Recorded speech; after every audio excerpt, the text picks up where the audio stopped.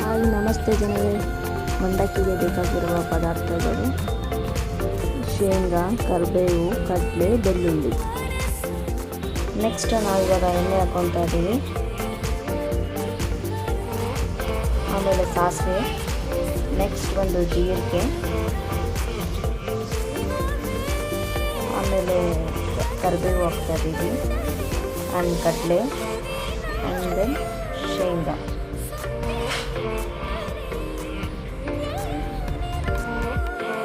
ಅದನ್ನ ಮಿಕ್ಸ್ ಮಾಡ್ಕೊಳ್ಳಿ ಎಲ್ಲ. ಅದಾದಮೇಲೆ ಜಜ್ಜಿರೋ ಬೆಳ್ಳುಳ್ಳಿನ ಇವಾಗ ಹಾಕ್ತಾ ಇದ್ದೀವಿ.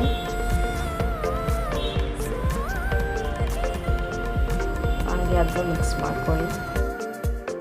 ಸ್ನ್ಯಾಕ್ಸ್ಗಿಂತ ಏನು ಕಮ್ಮಿ ಇಲ್ಲ, ಇದು ಸ್ನ್ಯಾಕ್ಸ್ಗಿಂತ ಅಲ್ಟಿಮೇಟ್ ಇದೆ. ಇದನ್ನು ನಾವು ಜಾಸ್ತಿ ಬಳಕೆ ಮಾಡ್ತೀವಿ ದಾವಣಗೆರೆಯಲ್ಲಿ.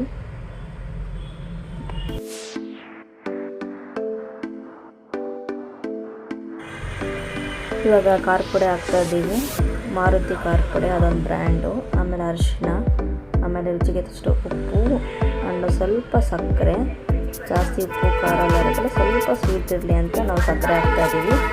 ಆಮೇಲೆ ಅದಾದಮೇಲೆ ಆ ಗೊಜ್ಜಿಗೆ ಮಂಡಕ್ಕಿನ ಹಾಕ್ಕೊತಾ ಇದ್ದೀವಿ, ಎಷ್ಟು ಬೇಕಷ್ಟು. ಆಮೇಲೆ ಅದನ್ನ ಕೈ ಹಾಕೋಬೇಕು ಚೆನ್ನಾಗಿ ಆ ಗೊಜ್ಜು ಜೊತೆ. ಆ್ಯಂಡ್ ಇದು ಮಂಡಕ್ಕಿ ಚೀಲ, ನಾವು ಅದನ್ನ ಯೂಸ್ ಮಾಡೋದು ಮಂಡಕ್ಕಿನ. ಅದಾದಮೇಲೆ ಫೈನಲಿ ಮಂಡಕ್ಕಿ ಇಸ್ ರೆಡಿ.